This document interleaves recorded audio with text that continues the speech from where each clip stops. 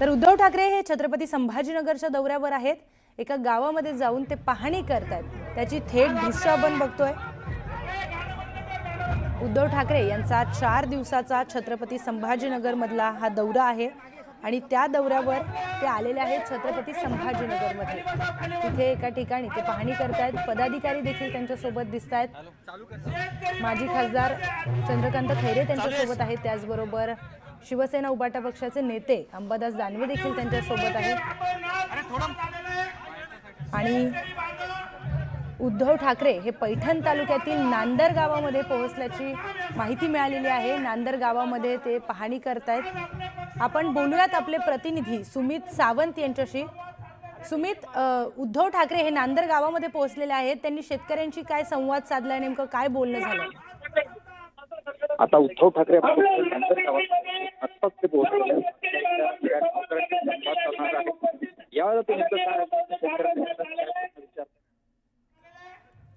तर मराठवाड्याच्या दौऱ्यावर उद्धव ठाकरे आहेत आणि पैठणच्या नांदर गावामध्ये ते पोहोचलेत।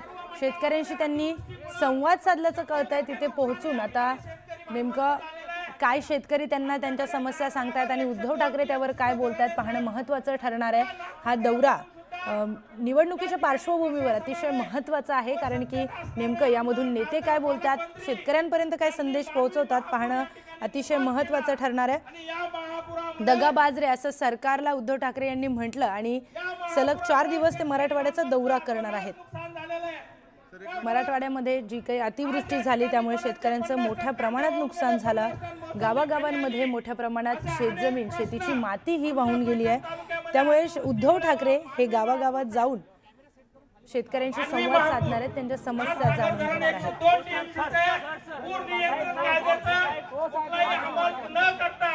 सत्तेतील आपले पालकमंत्री व गोदावरी महामंडळाच्या सर्वांनी मिळून या ठिकाणी 3 लाख रात्री 12 वाजता पाणी सोडून शेतकरी बांधवांची या ठिकाणी काळी दिवाळी केलेली आहे साहेब। त्यामुळे आमचा शेतकरी बांधव पैठण तालुक्यातला हातो नाच पिळून निघलेला आहे। शेतकरी बांधवाला एका बाजूने महापुराने या ठिकाणी नष्ट केलेला आहे, दुसऱ्या बाजूने अतिवृष्टीमुळे शेतकरी बांधव आमचा खचून गेलेला आहे साहेब। अतिवृष्टीचा मराठवाड्यावर दौरा केला, आज अतिवृष्टीचा अनुदान आम्हाला या ठिकाणी कोणालाही मिळालेलं नाहीये। बांधवांना आपण सांगा, मी तर व्यासपीठावर सांगतो, पण आपल्याला अनुदान मिळालंय का? त्यानंतर मी जास्त वेळ घेणार नाही, आदरणीय साहेब व्यासपीठावर आहे। साहेब, आमच्या तालुक्याला आजपर्यंत अतिवृष्टीचं मागील 5-10 वर्षात कधीच 100% अनुदान मिळालं नाहीये। त्यासाठी आपण प्रयत्न करत, मी माझा जास्त वेळ नाही घेता, या ठिकाणी एक शेतकरी बांधव आपल्या गावचे तळपे शेतकरी बांधव या ठिकाणी त्यांची व्यथा मांडणार आहे।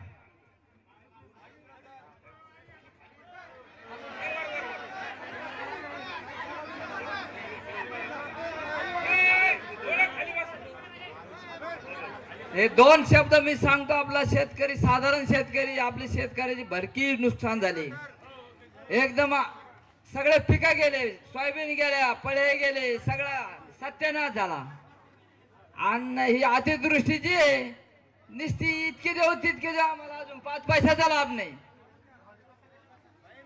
ही अशी वेळ आली, शिक्याला लोणी आणि मांजर देणे आम्ही निस्ती आस करतो। आता हे 2 शब्द मी एवढे सांगितले, एवढे 2 शब्द सांगून मी बंद करतो मग आपलं भाषण। साधारण शेतकरी मी काय करू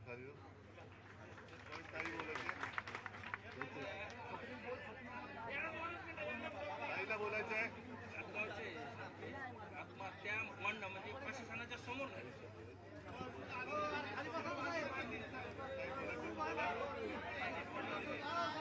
प्रशासनाच्या समोर आत्महत्या केली।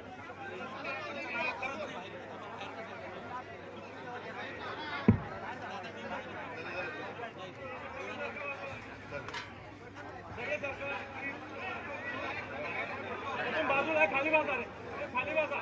अरे दुसरे ना त्यांच्याशी बोलायला आलो ना।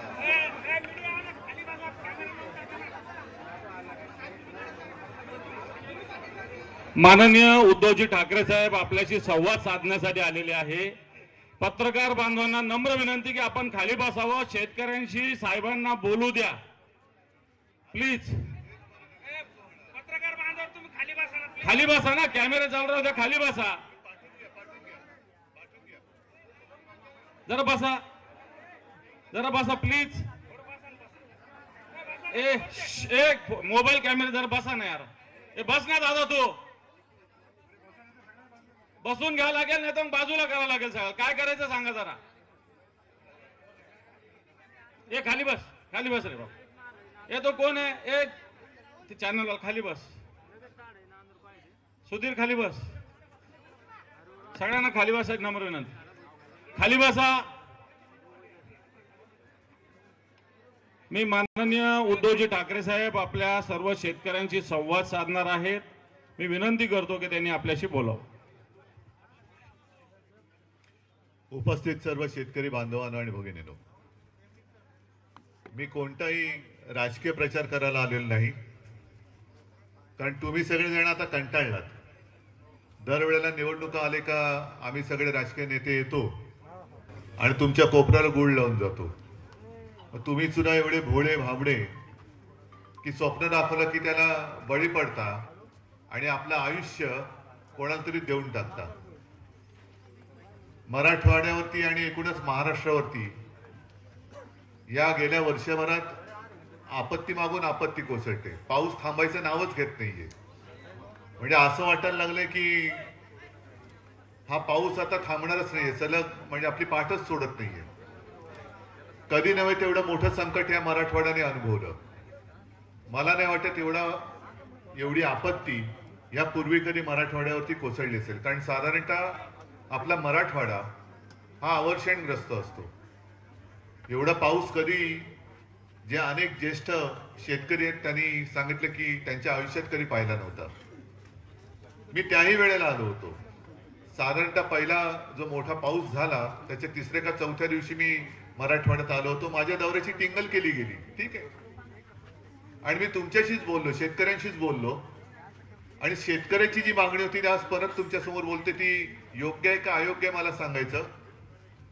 एक तर हेक्टरी 50,000 रुपये हे शेतकऱ्याला मिळाले पाहिजेत, ही शेतकऱ्यांची मागणी जी मी लावून धरलेली आहे. बरोबर आहे का चूक आहे? आणि जे थकीत कर्ज आहे, कर्ज फेडणार कसं तुम्ही आता? कारण हातातला सगळं पीक तर गेलंच.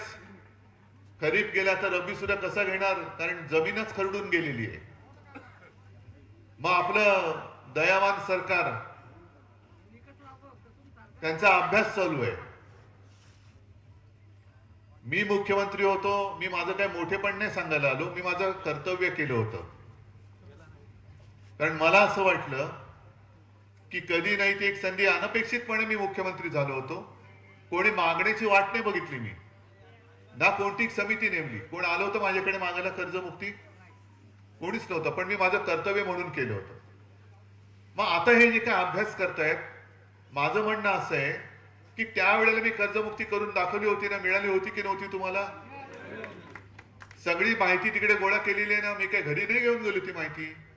सगळ्या शेतकऱ्यांची सर्कल निहाय माहिती सरकार दरबारी जमा आहे.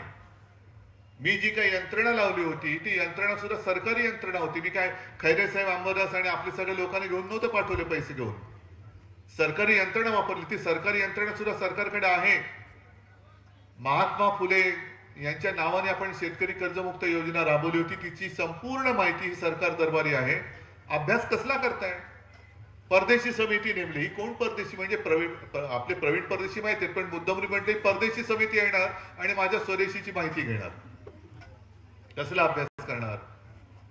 मग मधल्या काळामध्ये जरा शेतकरी एकवटला होता असं वाटलं होतं गेल्या आठवड्यात. मला वाटलं काहीतरी होईल, पण परत एकदा मुख्यमंत्र्यांनी कोपऱ्याला गुळ लावला. कधीची तारीख दिली आता?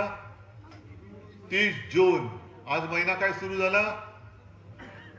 पहिलं कर्ज फेडलेत, फेडण्याची ताकद आहे. जमीन खरडून गेले, त्याच्यामध्ये माती मिळाले. बरं, मला एक खरोखर सांगा, मी याच्यात परत सांगतो, राजकारण करायला आलो नाही. जे काही पॅकेज जे अर्धवट आहे, म्हणजे नाहीच आहे पॅकेज, ही थट्टा आहे. कारण आता येताना 2-3 दिवस ज्या बातम्या येत आहेत, पीक विम्याचे पैसे किती लोकांना मिळाले हात वर करून सांगा. आणि मला जे काही अज्ञान आहे, मी कधी लपवत नाही, मी माहिती घेतो. साधारणतः मला सांगा कोणीतरी एकाने की कोणी पीक विमा इकडे भरला होता, त्याची माहिती घेतली होती, भरलाय? मग आता तुम्ही ज्यांनी भरल्या त्यांनी सांगा, तुम्हाला तुमच्या नुकसानीपायी किती पीक विम्याची रक्कम मिळायला पाहिजे होती? नाही मिळायला किती पाहिजे होती? अरे नाही, पण मला रक्कम सांगा ना, मग मी पुढचं बोलतो. पण साधारणतः रक्कम किती?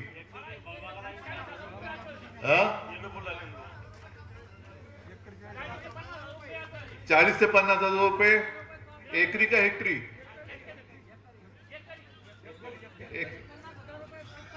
बरोबर आहे ना. 50,000 रुपये कापसाला, सोयाबीनला वेगळे, मोसंबीला 80,000 रुपये. अरे पण तुम्ही बघा, मी काय बोलतो नीट लक्षात घ्या. तुम्ही खोटं बोलताय. का बोललो? कारण पीक विम्याचे पैसे मिळायला लागले. अरे अकोल्यात मिळाले. किती मिळाले माहितीये? 2 रुपये, 30 रुपये. पालघर जिल्ह्यामध्ये, तिकडे ठाणे जिल्ह्यामध्ये 2 रुपये 30 पैसे मिळाले ना तुम्हाला. अरे काय हे थट्टा ही भाई, शेतकऱ्याची थट्टा चालली. आणि मुख्यमंत्र्यांना सांगितलं, मुख्यमंत्री म्हणतायत की आता जर का मी कर्जमाफी केली,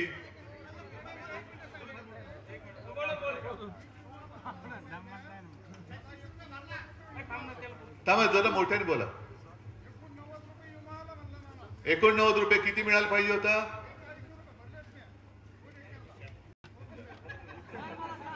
भाई जेवढे तुम्ही भरले, आता ज्यांनी 2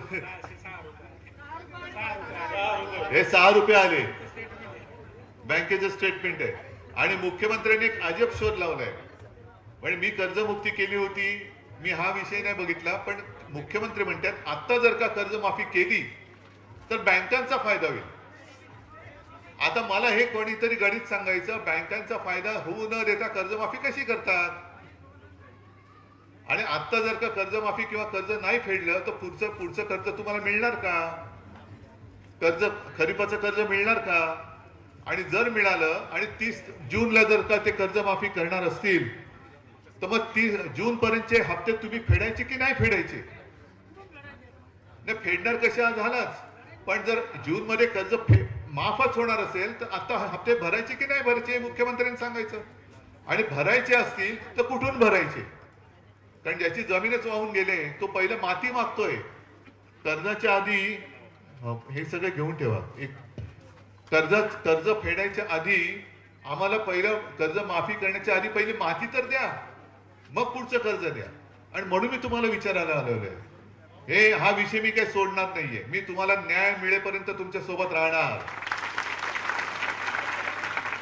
फक्त एक लक्षात घ्या, आता केंद्रीय पथक आपल्या बरोबरीने फिरते. तुमच्याकडे येऊन गेलं? येईल कदाचित. आज पेपरमध्ये मुंबईतून निघताना फोटो पाहिला, रात्रीचे टॉर्च वरून पाहणी करतायत. आता केंद्राचं पथक आले, मग हे केंद्राचं पथक जाणार, त्याच्यानंतर अहवाल देणार आणि जिल्हा परिषदा निवडणूक होतील तेव्हा आपले दयावान पंतप्रधान हे परत तुमच्या कोपऱ्याला गुळ लावणार, मोठं पॅकेज काहीतरी जाहीर करतील. पण आत्ताच जे केलंय, दिवाळीच्या आत आम्ही पैसे देऊ बोलले होते ना. दिवाळी होऊन गेली, आता ती काय दुसरं तुळशीचं लग्न ज्याला म्हणतो ते पण होऊन गेलं. पैसे मिळणार कधी? नुसतं पंचांग काढतायत, मुहूर्त मागून मुहूर्त काढतायत, पण मदतीच्या नावाने ठणठणाट.